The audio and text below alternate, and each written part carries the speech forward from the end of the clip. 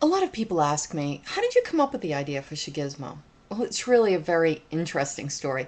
I was on a plane going from Brazil to Boston, and I was watching a movie called P.S. I Love You. I don't know if you've seen it, but it's a story about a woman whose husband passes away. He's sick from an illness, and before he dies, he creates a series of messages and surprises and letters to her that will be delivered after he has passed away. And in the movie, she is very clearly in love with the man. However, she's also really frustrated with his lack of responsibility and his happy-go-luckiness, where clearly everybody else seems to just really be enamored with the man. And after he dies, they're very celebratory of his life. And she starts to realize that maybe she missed some of that. Maybe she was focusing too much on his sense of responsibility and not enough on who he was as a person. So I'm watching this movie and I'm having a really strong emotional reaction to it. I am crying. I'm sitting on a plane next to a total stranger, a guy, and I'm just crying, I'm trying to hide.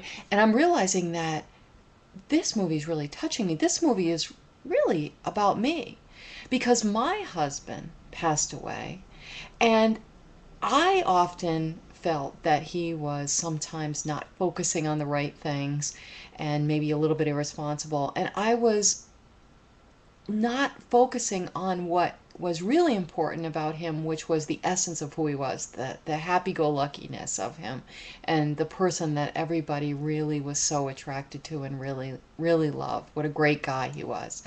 So at the end of the movie, he sends her a message and says, okay, so now it's time for you to move on with your life, and you should work at something that you're really passionate about. Do something that you really love. And she decided that she was going to try being a shoe designer. And she held up a picture of a shoe that she had designed. And I thought, I think I could do that. So anyway, the plane landed, and we had a layover, short layover in Miami, and I had to get on the plane to Boston. So I get on the plane to Boston, we land. I'm really tired by now. It's 2 o'clock in the morning. I get off the plane, get my luggage, get a taxi, and get in the taxi. I'm thinking, okay, I can sleep for a while. This will be okay. 45 minutes I can sleep.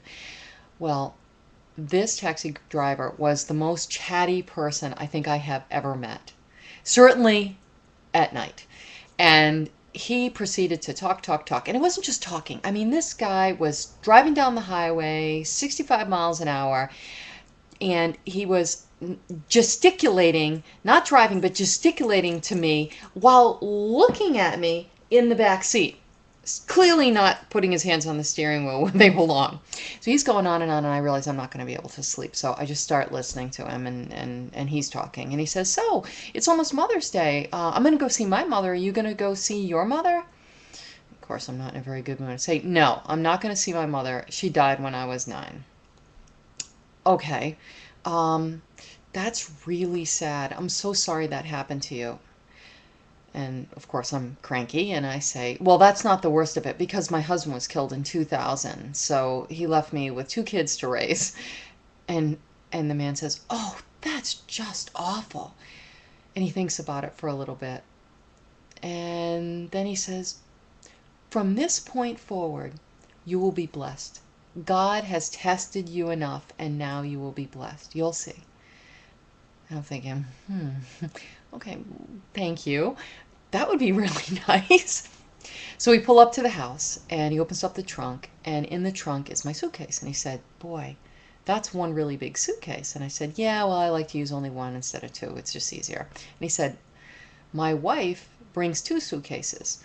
And now he's dragging the suitcase into my house, and he puts it down. And he says, she brings 1 for the clothes and 1 for the shoes. And I thought, okay. I gave him his money, his tip, said goodnight, and I went off to bed. The next morning, I woke up with the idea. I went to dinner that night and discussed it with my husband. I said, geez, I have this idea for a shoe that you could change the look of very quickly and put different things on it and change the colors or whatever, depending on your mood or your outfit. And I thought it'd be great for moms. And then I thought, it would be pretty be good for kids too. Maybe I should focus on the kids.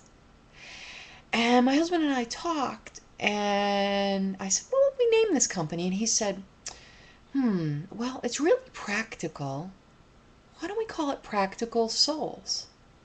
I thought, yeah, Practical Souls. So I started to write it out, Practical Souls, P.S. And then it occurred to me, P.S., Practical Souls, P.S., I love you. So that's how we came up with the idea.